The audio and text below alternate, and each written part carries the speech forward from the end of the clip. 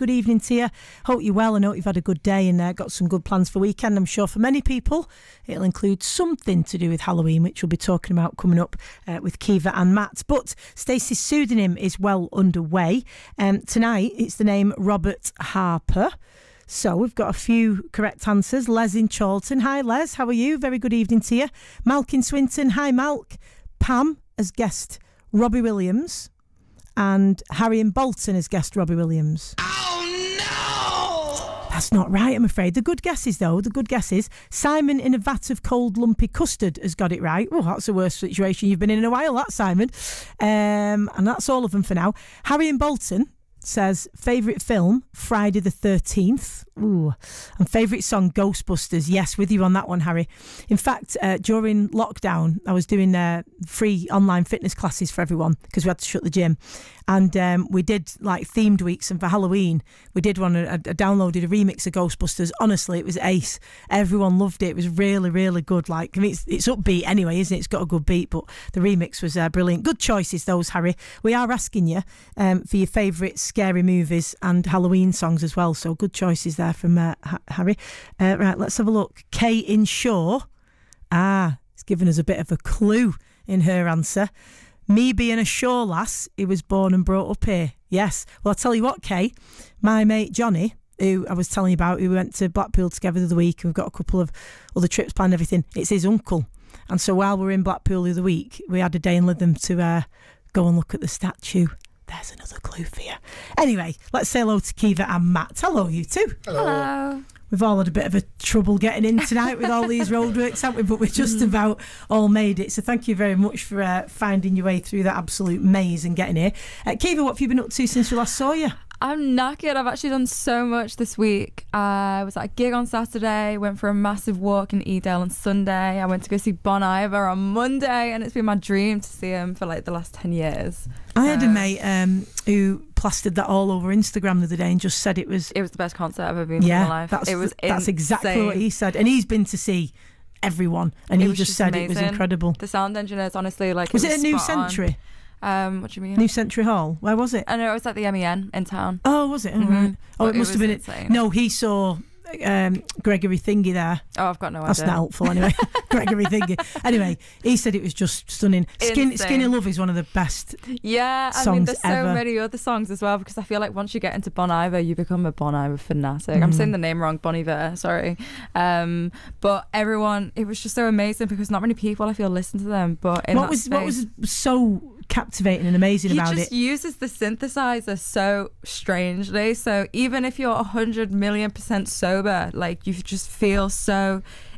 I can't describe it. What he does with music is, you know how lyrics make you feel a certain way? He's able to create a feeling through the actual music. So, you know, when there's a difference between sadness and anger, and the instrumental will make you feel that sadness or anger alone. So when you're there, everyone just feels so connected. Yeah, they say it's the language without words, isn't it, in a way, music? It was just amazing. Honestly, in fact, I'll find my mate's Instagram post in a sec, because he put one on, having been to it on was it Sunday? On Monday. Yeah. And just said it was just hands down the most amazing like live music. The band was insane. He just said it was incredible. There was a guy on the saxophone. There was two people playing the drums like simultaneously, even though they were on complete opposite like ends of the stage, and everyone was just in awe. Like, he said it was amazing. I could have rewatched the whole concert another 5 times that same night.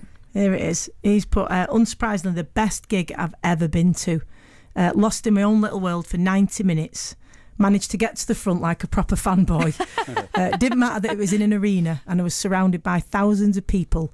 I was meters away from him and could hear every minute detail. You could hear a pin drop in the quiet moments. Oh, you could, The song sounded even better live than they do on record. It had a lot more soul, a lot more experimental. It just said it was astounding. Anthem after anthem, well worth the wait. I'm very, very, very happy it's made my year. Yeah. So there you go. You're the second person to say, not just, oh, it was all right, that, but just said, insane. Wow, yeah, it's incredible. Brilliant. Bon Iver then. So I've only got one track of theirs, which is Skinny Love, so I'm going to have to get a few more.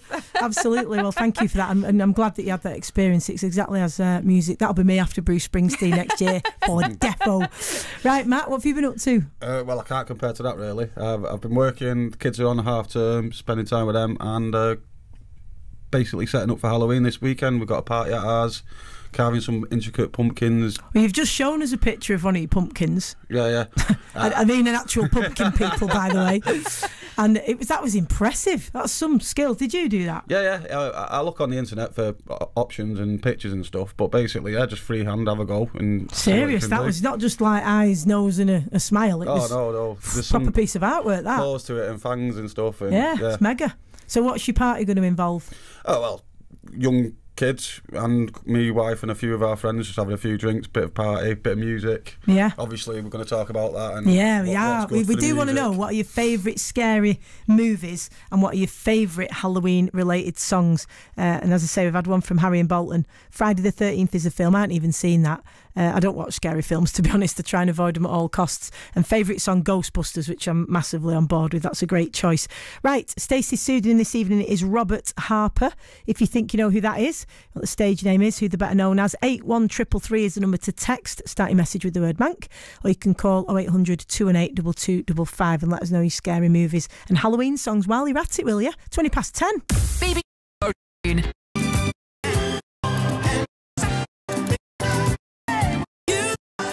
Right, as well done, Rachel. Jeanette in Lytham. Well, the statue is in Lytham, isn't it, Jeanette, of this person? As I say, it's my mate's uncle, and when we went to Blackpool the other week, we stopped off in Lytham to have a look at the statue. And Jason was just telling me it's actually 2 years today since this person passed away. So there you go, more clues, being very generous tonight because it's a Friday. If you want to have a guess, 81333, start your message with the word Mank, or you can call Jason on 0800 218 2255 if you know who Robert Harper is. And if you want to tell us your favourite scary film, so pick your favourite one or your favourite Halloween song, then you can let us know that as well, which we're about to ask Kiva and Matt for theirs. So I don't really watch scary films at all because I don't like them. Are you fans of scary films?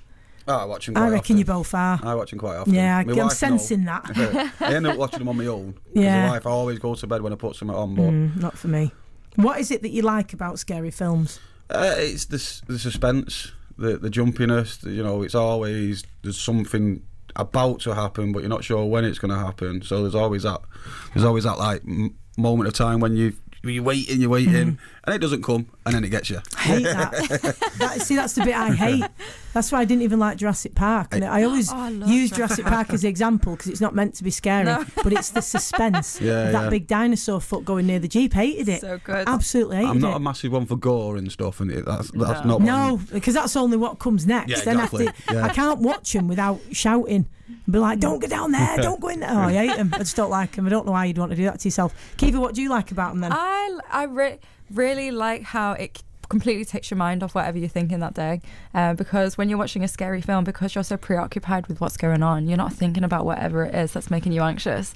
And if there's a good storyline, like me and my brother were talking about how good the It films are, because I didn't realise apparently he's an alien, the clown. All right. And I feel like that just adds a whole extra layer of like scariness, because apparently the backstory behind it is that like he likes to scare his prey before he eats them, and that's why he dresses up as a clown. Oh, what a lovely story, Kiva. Thanks for sharing. I've no idea what you're talking about because I haven't seen that at all, but it really, sounds really great. good. Oh yeah, fun times. Pennywise, I think he's called. Yeah, Pennywise the clown, but apparently he's an alien. Oh, so what a darling. Right, what are your favourite scary movies then? I love The Conjuring. That's one of my favourite scary films. What's that? It's like they move into a house and there's this the spirit thing where she like gave her soul to the devil and then haunted all the land, and whoever stole her land, she like haunted the mum to like kill and the mum would then kill the children because she like basically like sacrificed her baby to like give herself up to the devil and stuff. That's another really nice one. Yeah, thanks. Thanks, Kiva. Avoid you on the way out in lift. Matt, what about you? For me, it's the original Halloween, the Jason and character and all the rest of it. He's just one of these like Jason. Do you know, I never thought of that. I haven't watched that film, but I knew there was an horrible creepy, nasty meanie in it. Yeah. That makes sense now. So he's called Jason. That's who he was named after. He's the son of the main character, and this, that, and the other. And he's out to get people, and he's also out to get her. But this is unbelievable. But I've just our producer Jason. That is, I usually call him the Grinch, but he's obviously just been named after a real life horror movie character, hasn't he? Of course, yeah. Who doesn't like people. Watched Halloween 3, the new one. Not so keen. Right. It's not really caught me the way it did. It was a bit cheesy, if anything, for the way it was running. But yeah, so for me, that Halloween, the original one, to be honest. Okay. Songs now. Yeah, I got a bit confused when he said song. What the hell is a Halloween song? So Matt didn't get confused. No, Matt sent an actual playlist. I got loads, me. Right, should we play a couple of yours then? It's just because we have the party, we do that anyway, so we're always... Hey, you don't have to justify. Okay. If you want a load of songs, you have a load of songs. Kiva's loss. Right, here's one. So this is a different option. It's not now about, it's not necessarily Halloween, but it's really good if you listen to the lyrics and stuff. So what is it like about these lyrics then? It captures you. It is in the moment, but it's also like it can be anything or anyone. So it's you know, just be aware.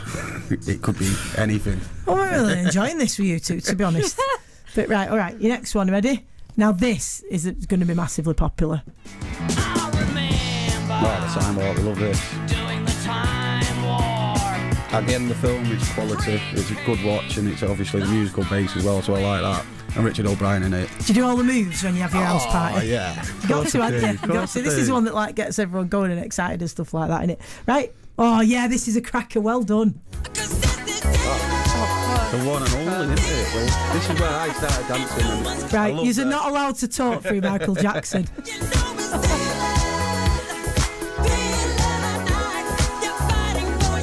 Right, go on, now you can tell us. Yeah. I watched this. Have we not all danced to that a million times? Oh, well, I used to do Michael And try Jackson to in do that. pantomime. In fact, producer Jason, have you ever seen the video of me doing Michael Jackson as a kid? You'll love it. Have you seen it? Right, he has. Yeah, he's seen it. Right, wasn't it good?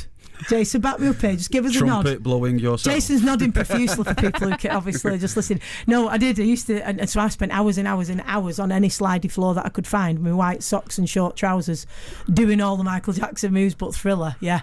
So go on, why do you love it? Yeah, again, it's big group dancing. It's also it's a scary movie within itself. You know, it becomes a werewolf and this, that, and the other.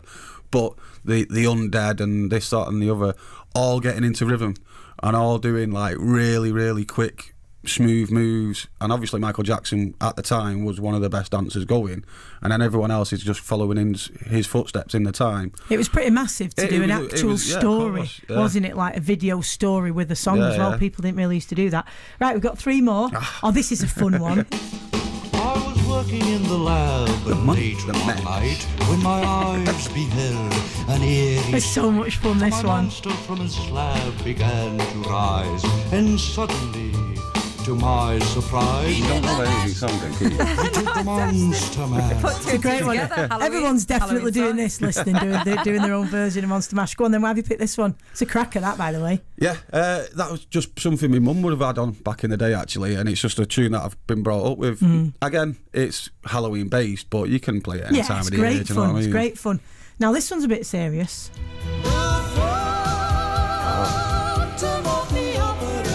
You said it yourself, doesn't it? Go on then. I mean, again, I'm a musical theatre man, so this just it puts the onus on something's dark, something's about to happen, but we're not too sure what. And obviously, the Phantom of the Opera, the story is, you know, he's a man that's been injured in his time and stuff, and he's scared to show that. But obviously, it's again just one of them great shows, and it reminds me of Halloween. Very, very dramatic. Right, last one. Spell on you because you're mine. Great. You can't listen to that without either miming or singing along to it, can you? Right, go on then. Tell us about your last pick. Well, that was from the Hocus Pocus film, and it's actually Bette Midler, my option. Yeah. And again, it's just a classic film, good for the kids, and everyone can get involved. And they've just brought a new one out, haven't they, again? Yeah, well, a lot of people have watched that. My sister watched it the other day. She didn't like it as much as the original. But we chatted on here on the Late Show a few weeks ago about the Airbnb. Did you see it? No. For the Hocus Pocus house. Oh. It was the actual house, and it's got like a big cauldron in it, and they've just proper gone for it. Like Holes they've in made the roof. everything. Yeah, they've done it like dead authentic.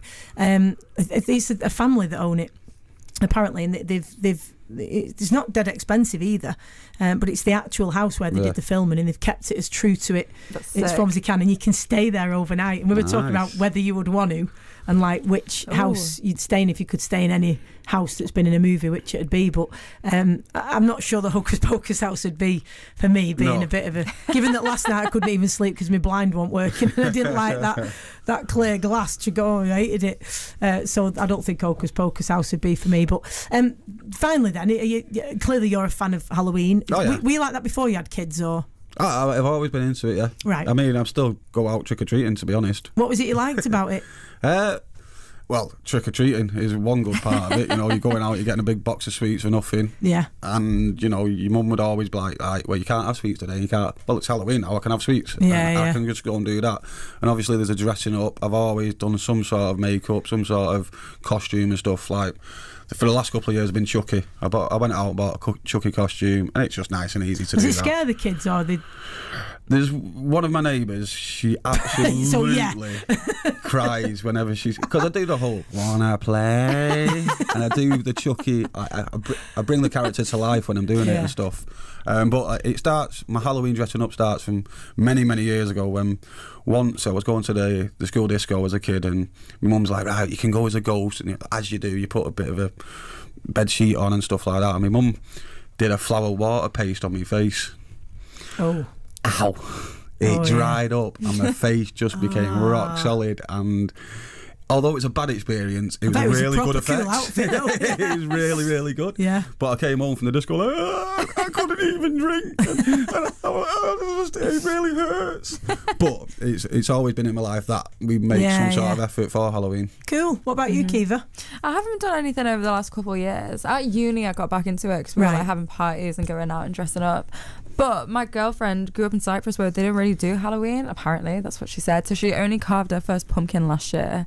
So we're going to carve another one this weekend. So. We didn't bother with it that much in our house, to be honest. Nobody was really that bothered. Yeah, because I lived in France, I remember, and I moved to England when I was 8, and one of the things I was most excited for was Halloween, because where I grew up in France, we didn't do trick-or-treating. It was like when I came to England to visit my grandparents, and I just thought it was the best thing ever, that you could knock on everyone's doors and get loads of chocolate and sweets, and it was just amazing. Mum never let us...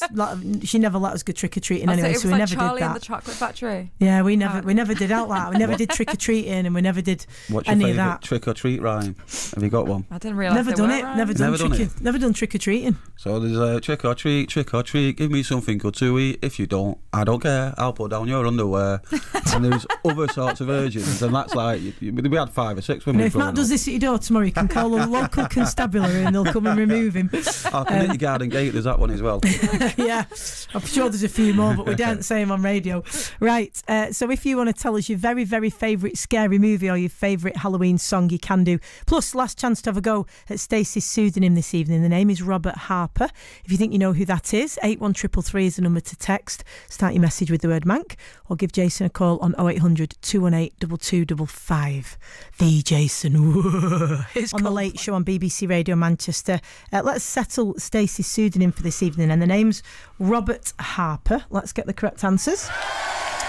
So, Harry in Bolton, Les in Chorlton, Malk in Swinton, Simon in a vat of cold lumpy custard, Jeff in Harper Hay. Hi, Jeff. Rachel in Greenfield, Saddleworth, Jeanette in Lytham, and Kay in Shaw, who is where this person's from, actually. Pam got the wrong answer, unfortunately.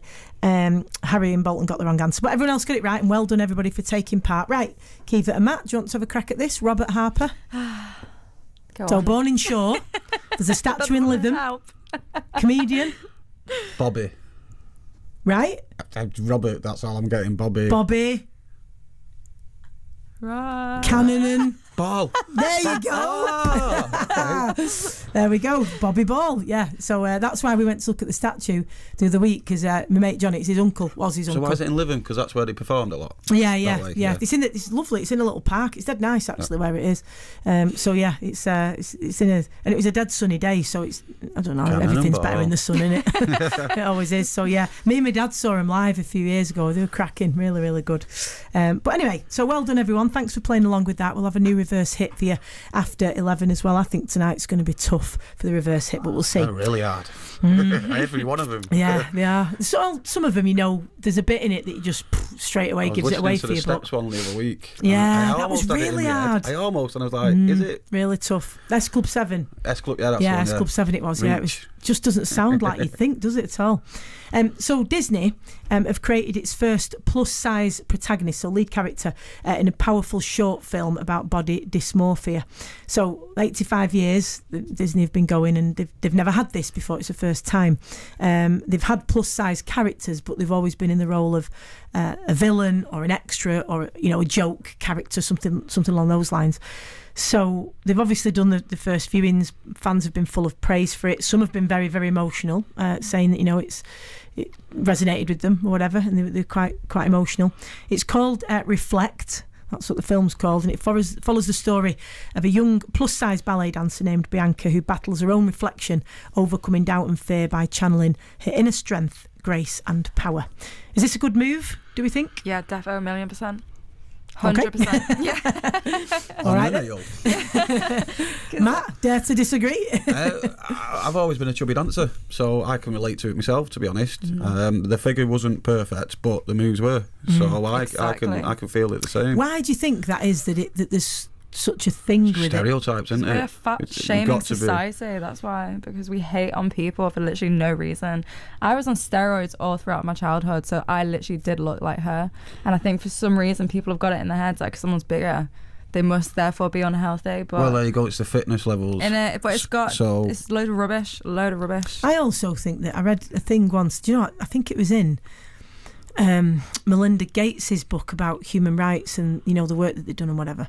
It's not to do with that. It's just something that was in it that made me think. And she was observing that lots of places she'd been and seen hate directed towards the most needy in society, and it doesn't seem to make any sense, does it? Like, how could you be awful to people who are already struggling? And she said she'd worked with this psychologist who said quite often people hate most what they don't want to be. Yeah.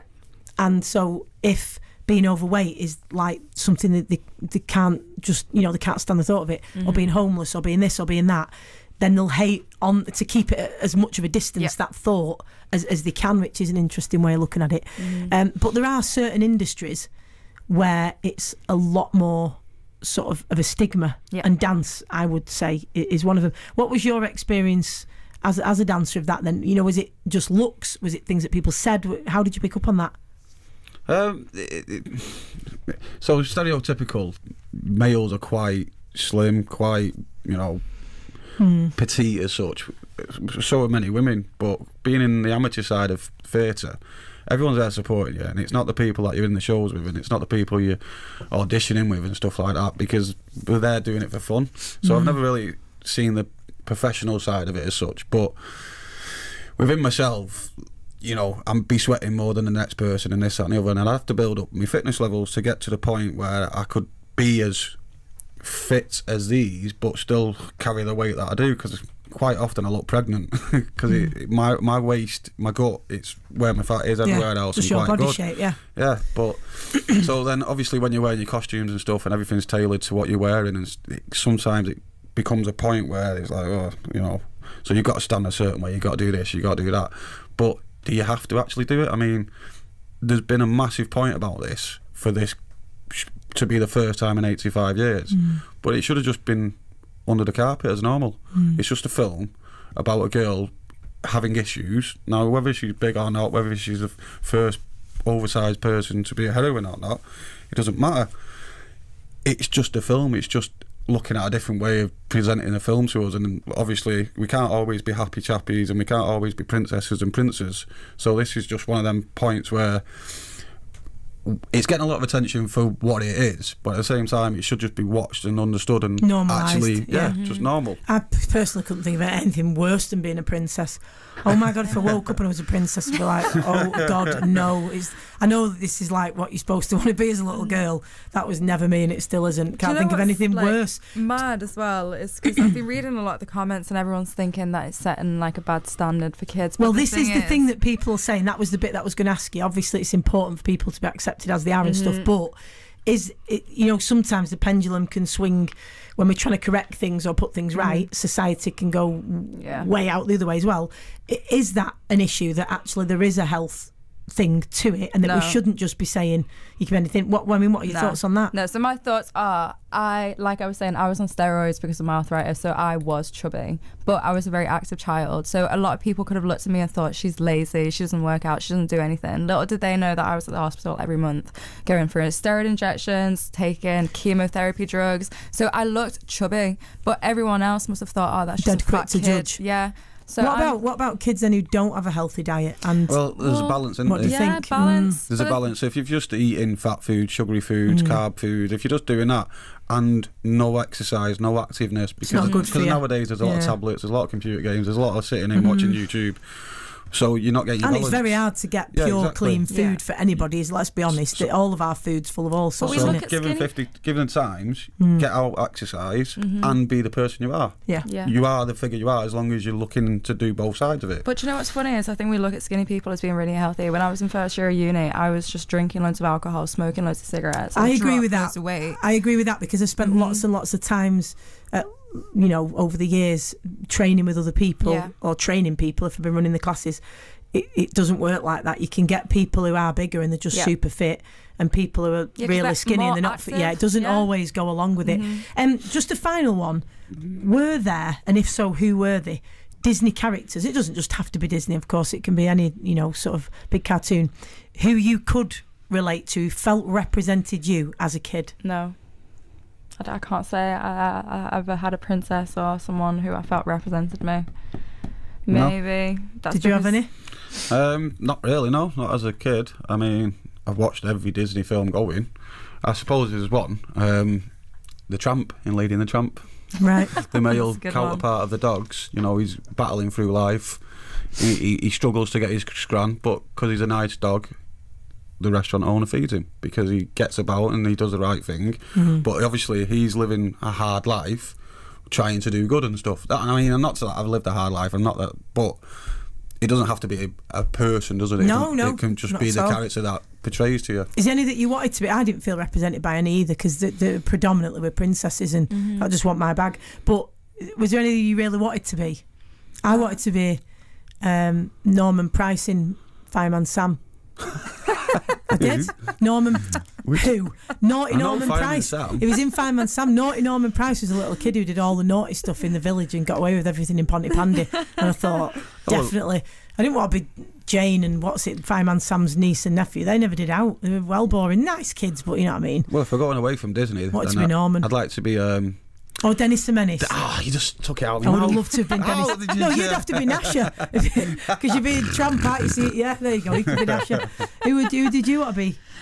Did I want to be? Oh God, I don't think I wanted to be anyone. Maybe I've just realised right now that I had no cartoon role models growing up. We've opened up a therapy session here, haven't we? But anyway, yeah, I would have been anybody naughty. That would have been me. So as it happens, I just did that myself anyway. Right, Eurythmics with Thought.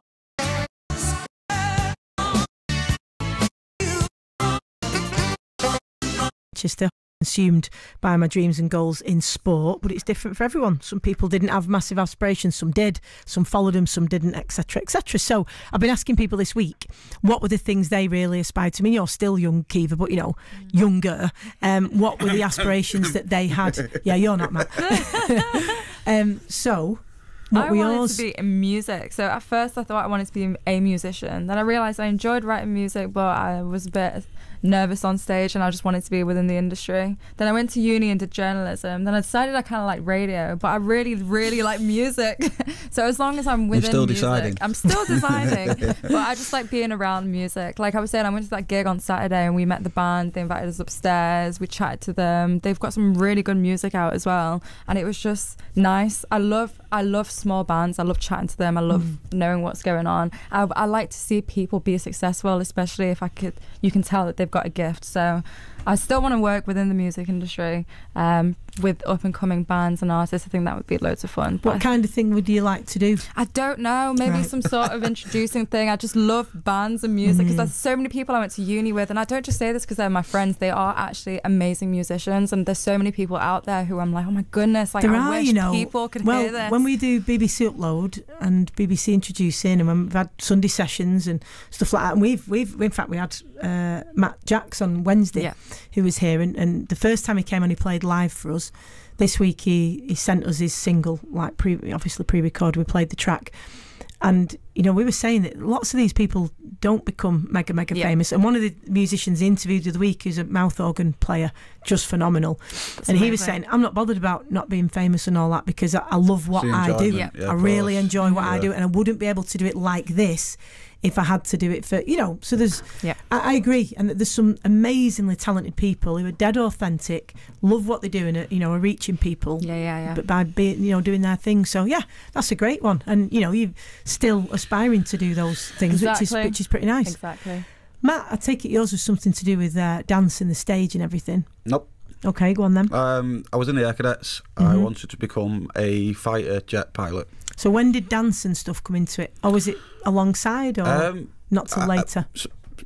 I always wanted to be a performer. I always wanted to be an actor. When you said your dream job the other week, we talked about being an actor or a darts player and stuff. But the thing is, when you're young, though, you can want to be an RAF pilot and a dancer as well, because you don't have any limits, do you? I was coinciding doing them both for 10, 15 years. I was in the Air Cadets for 10 years, but I wanted to be what I couldn't be. I wanted to reach to the stars, and literally that is when you're being a fighter pilot. I've flew planes, I've done gliders, I've done propelled planes and stuff like that, and I've had experience flying planes. Now, fighter jet is completely different. You go in Mach 2s, Mach 3s, and it's really fast. Yeah. And obviously there's a purpose for it as well, because you might have to go to war. Yeah. But the shiny side of it, the Tom Cruise side of it, the bit that I wanted to do is that leather jacket. It's definitely the leather jacket.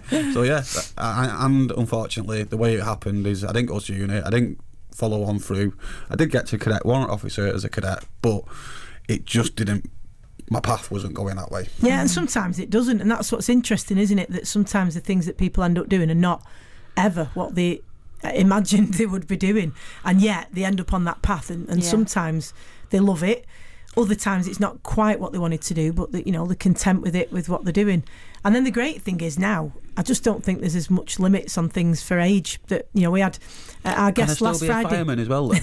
Because I want to be one of them. We had Sue Anstice in last week, 56, and she's making her first ever documentary. That's and amazing. She's just written a book last year, and she was saying, why should I be stopping now? And that's great. Right, we've got about 30 seconds. Kiva, what are you up to this weekend? Going out for some drinks now, maybe, if I'm not too tired. And then what am I doing tomorrow? We're going out to Didsbury, and then on Sunday we're having a massive clear out. Nice. And you've got your Halloween party, of Time course. Warp, Monster Mash, Thriller, get them all going. And loads of candy, and then singing weird songs on people's doorsteps. So he might not be back again. He might have got arrested by then if he's doing them weird songs at people's doorsteps. Only on day release, though.